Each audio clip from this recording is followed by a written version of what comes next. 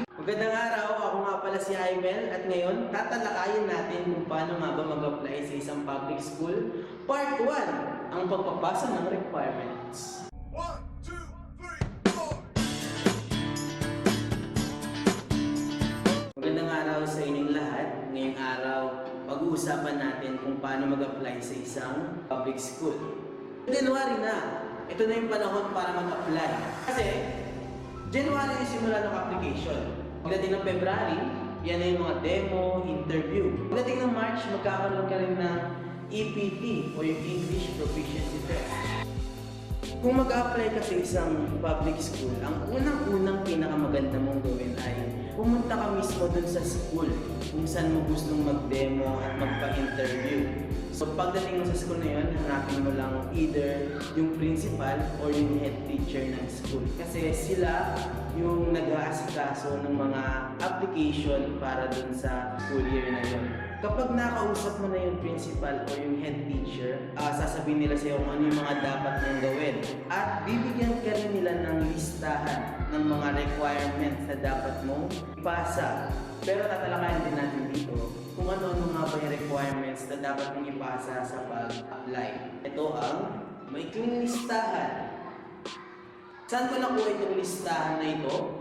Binigay sa akin noong nag-apply ako last year, 2017. So, isa-isahin natin kung ano-ano ang mga requirements. Unang-una mong dapat gawin, pumunta ka sa website na application.deped.gov.ph. Diyan ang website kung saan gagawa ka ng account bilang aplikante ng Department of Education. So, paano gagawin yan? Pro VDR. Silipin lang natin saglit paano gumawa ng account sa application.deped.gov.ph. So, huwag nyo lagyan ng www. Isipin na nyo ganito mangyayari kapag may www. Hindi lumalabas yung website. So, tanggalin nyo yung www. Hindi ko alam kung bakit ganito eh. Ayan. So, ito ang itsura ng site nila. Kung wala ka pang account, i-click mo itong kulay green button, yung apply. Pag na-click mo na yung apply button, lalabas ang form na ito. So, kung tapos na kayong fill upan yung form, pindutin nyo lang yung blue button na sign up. Pag pinindot nyo kasi itong sign up, may magsesend ng email yung DepEd dun sa nilagay mong mail. So, pag na-confirm mo na yung email mo at meron ka ng account, pwede ka na mag-sign in. So, pipindutin mo lang yung blue button for sign in. Ito ang makikita nyo. So, ang una nyo gagawin, pipilapan nyo muna yung PDS nyo or yung personal data sheet. So, ito yun. Pwedeng pindutin nyo itong nasa taas na tab or pwede rin itong kulay blue na update PDS. So, pipilapan nyo lang yan. Marami ito. Madami-daming tab to. Ayan. Kailangan nyo din pala ng cedula, no? Kasi ilalagay nyo sa baba yung mga cedula number nyo. Huwag nyo kalimutan i-save bawat data. At after nyo ma-save, pindutin nyo lang yung submit button dun sa huling-huling tab dun sa reference. Kailangan nyo pang mag-fill up dito sa ilalim. Pag bago lang account nyo, hindi nyo pa makikita yung applicant number nyo. Ito. Sa akin, di ba kita na yung applicant number ko dito kasi nag-apply na ako. So, ang gagawin nyo muna, office level, pipiliin nyo division. CO strand or region, kung saang region kayo. Ako dito ako sa Calabarzon. CO Bureau Service Office or Division Office, kung saang province or city ka nakatira. So, ako sa Laguna. Syempre sa position, kung elementary at high school, junior high school, dito tayo sa teacher entry level. Tapos, isa-save nyo, add nyo lang or save. Then next, try nyo ulit i-submit yung PDS nyo hanggang lumabas ng inyong applicant number. Okay, so kapag nagawa mo na yun, magkakaroon ka na ng UAN or yung Unique Application Number or Unique Applicant Number yata yan. Ngayon, ihahanda na natin ang folder kung saan mo ilalagay lahat ng requirement mo. Papunta mo dun sa school na pagdedemohan mo, itanong mo kung anong gusto nilang folder at kung anong uri ng folder at kung anong size. Pero kadalasan long folder yan kasi halos lahat ng mga document na ipapasa mo ay nasa long bond paper. Para sa akin, mas maganda kung nasa sliding folder na transparent yung harap para kita ka agad yung first page. At ano nga ba ang first page? Yan yung munang dapat mong ilagay sa pinakaharap ng iyong folder. Siyempre, ang table of content. Maganda na may table of contents. Kasi bukod sa magiging organized, maganda rin siyang unang-unang makita dun sa folder mo, diba? Kung gusto mo, maglagay ka rin ng title page. Pangalawa, na dapat mong ilagay, Pagkatapos ng table of contents, isunod mo na kaagad yung cover letter mo. Ito yung sulat o liham na nagpapahiwatig ng iyong kagustuhan na mag-apply bilang Teacher 1. At sasabihin mo na rin dito kung bakit ka nila dapat tanggapin at ibida mo na rin yung ilan sa mga bagay na pinagmamalaki mo. So pagkatapos ng cover letter, isunod mo na kaagad ang iyong resume. So sa resume naman mga classmates, ayon sa narinig ko, dahil baguhan pa lang tayo, mas maganda daw kapag ang resume natin ay isang page lang. Pero mapapagkasya ba lahat ng bagay na gusto natin ipakita in one page lang? So ako, napagkasya ko naman. Paano? Kung gusto niyo rin makuha itong resume na ginamit ko, nasa baba ulit ang download link. Pagkatapos ng application letter at ng resume, isunod mo naman ang CSE Form 212. Ang CSE Form 212 ay mas kilala bilang Personal Data Sheet or PDS. Ano yun?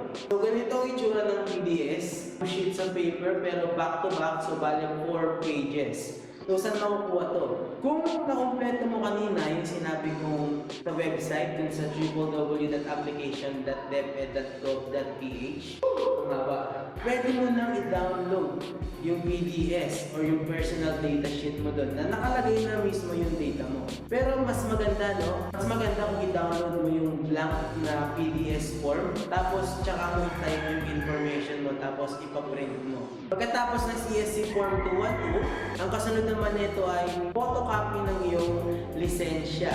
Bago mo ipa-xerox, siguraduhin mo na meron ng firma yung lisensya. At syempre, isunod mo na rin kagad isa pang dokumentong mahalaga na galing sa PRC, yung certificate ng rating mo. Diyan nakalagay yung rating mo dun sa 3 part ng exam or 2 parts kung elementary. So ipa-photocopy mo lang and okay na. So, pagkatapos ng PRC license at ng inyong rating ng LED, kasunod na kagad nito ang TOR o yung Transcript of Record.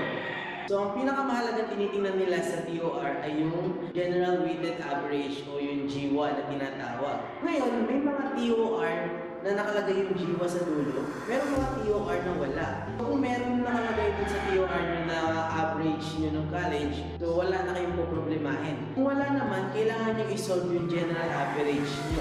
So, ilalagay nyo lang sa margin, ilagay nyo sa tabi yung computation na ilagay nyo sa dulong-dulo yung pinakang average nyo. Kasi yun yung importante na pinakatitignan nila sa ating mga TOR. Pagkatapos ng TOR, sunod mo na ang mga Certificate of Employment mo o yung mga service record na tinatawag. Kapag nakapagturo ka na earlier sa mga ibang school at meron kang mga Certificate of Employment, dapat mo itong isama sa iyong folder. Paano kapag kasalukuyan ka pang nagtuturo sa isang school? Pag ganun, kadalasan, hindi mo pa kaagad mahihingi yung service record at yung clearance mo dun sa school. So ako ang ginawa ko dito, naglagay ako ng letter na sinasabi ko dun sa letter na kasalukuyan ako nagtuturo sa school na to at makakapagbigay ako ng service record. Pero, to follow na lang. Gawa ka ng letter na yon, tapos papirmahan mo dun sa principal ng current school mo, then isama mo dun sa folder. Pagkatapos naman ng iyong mga service record, kasunod naman nito ay mga seminars at training certificates mo. Isa ring mahalagang parte ng application folder mo to, yung mga certificates na nakuha mo kung may na-attendan kang mga national seminar. Ngayon, pwede mo din ilagay kung meron kang mga trainings, lalong-lalo na yung sa mga TESDA, yung mga national certificate. Ako, kumuha na lang ako ng isang national certificate, TESDA. Kasi kapag holder ka ng isang national certificate, automatic yung maximum points para dun sa seminars and training, makukuha mo lang. So after ng mga credentials mo, kasunod naman nito ay ilang mga legal document. So pagkatapos ng mga certificates of training and seminars, kasunod naman nito ay ang iyong voter's ID. So kailangan mo lang itong i-xerox back to back isang page and yun na yun. Paano kapag wala ka pang voter's ID? Kung hindi pa dumadating ang ID mo, pwede kang humingi sa COMELEC ng certification na nagpapakita na ikaw ay registered voter. So punta ka lang sa COMELEC or sa munisipyo, then hingi ka doon ng voter certification. Last year, 2017, ang kuha ko ay 50 pesos. Tapos, 2 kopya na yun. Sinerox ko lang din, tapos yun yung nilagay ko sa folder. Ngayon, kung hindi ka pa registered voter, yan ang di ko alam. Pero magpa-register ka, tapos hindi ka agad ng certification. Yan. At syempre, hindi rin mawawala ang iyong NBI clearance. Ipapa-xerox mo lang din ang iyong NBI clearance, tapos isasama mo lang din sa iyong folder. Kung may NBI clearance ka na, check mo kung valid pa ba to. Kung wala ka pang NBI clearance, medyo tricky na ngayon kung walang NBI clearance eh. Kailangan mo munang mapareserve online slot 1 day before dun sa araw na kukunin mo. At huling-huli, last but not the least, Omnibus certification of authenticity and veracity of all documents submitted. Sobrang haba. So ano nga ba yung Omnibus na tinatawag? Ito yung dokumento na nangangako ka na lahat ng dokumentong ipinasa mo ay valid. Ilalagay ko rin sa baba yung download link niya, pero ganito yung itsura niya. Yun. So kapag na-download nyo na, palitan nyo lang yung pangalan, address, kung alam mo pang mga bagay na hinihingi doon, pa-print nyo. So anong gagawin mo pagka-print ng Omnibus? So nalagay mo na lahat ng requirement, no? So ilagay mo na sa isang folder. So anong gagawin mo ngayon? Yung folder na yun, siguro 3 kopya mas maganda, pero tingin ko 2 sapat na. Dadalhin mo ngayon to sa isang notary public para ipanotaryo. Kung gagawin nun, lalagyan nila ng tatak bawat page na requirement mo, pipirmahan mo ang abogado, lalagyan ng dry seal, syempre sa dulo, babayaran mo, no? Bayad ko ata na yung 250, hindi ko na maalala last year. And you're set! You're good to go! Yun na ang application folder na kailangan mo. Kompleto na yan. Pwede mo na yan ipasa dun sa school na pagdedemohan or pag-a-applyan. Kapag naipasa mo na, karaniwang hihingin nila yung number mo kasi tatawagan ka nila para dun sa date ng demo, ng interview. Karaniwan, same day lang yung demo ng interview. Demo sa umaga, tas interview sa hapon, ganun. Yun na nga ang unang dapat mong gawin ang pagpapasa ng requirement. Okay, maraming salamat sa panonood ng video ito. Kung meron kayong karagdagang tanong, ilagay niyo lang sa comment section below. At kung hindi ko man alam ang sagot, ipagtatanong-tanong ko dito sa mga co-teachers ko. So good luck! Sir, good luck ma'am! Alam kong kayang-kaya niya. So yun, ako nga pala ulit si Aimel. Salamat sa panonood ng video ito. Paalam!